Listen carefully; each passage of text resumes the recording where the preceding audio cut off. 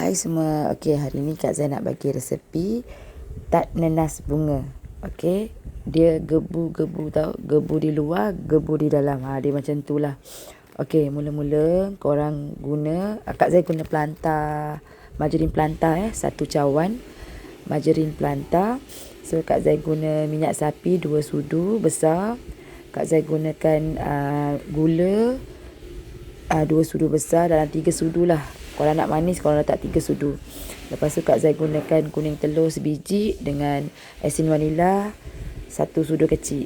Lepas tu Kak Zai masukkan tepung custard 2 sudu besar. Lepas tu Kak Zai masukkan tepung jagung 2 sudu besar. Sudu besar bukit tau. So jangan letak macam 1 sudu sikit tak, dia berbukit. So kita masukkan tepung gandum 3 cawan setengah. Okey, mula Kak Zai dah masukkan 2 cawan. Lepas tu Kak Zai akan masuk lagi 1 cawan. Lepas tu Kak Zai akan uli, tengok dia punya adunan Okey, so Kak Zai akan masuk lagi setengah cawan. So total 3 cawan setengah lah tepung gandum. Okey. Kalau ada tepung susu, korang masukkan 1 sudu besar. Kalau tak ada, tak apa. Okey, Kak Zai tak ada. So Kak Zai tak letak lah. Ni dah okey lah. So kita buat acuan bunga tart nanas kita. Tengok ni. So memang cantik Dia akak suka tau. Tart nanas ni akak memang suka. Sebab tu akak kuatkan diri, rajinkan diri buat. Okey, kita bakar suhu 170 selama 25 minit ke 30 minit. Sebab tart nanas kita tebal. So 25 minit ke 30 minit.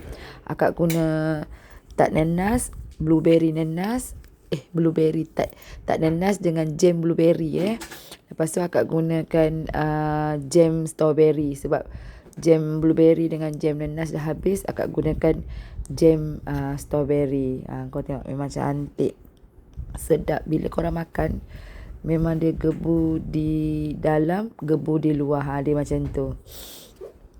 Okay, susun nanas yang kita dah buat bulat-bulat macam ni. Kita susun lawa-lawa macam ni.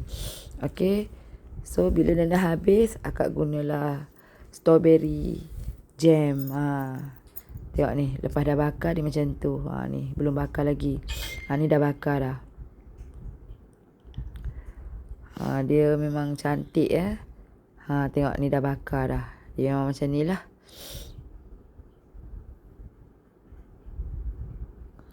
Ni akak makan memang sedap korang.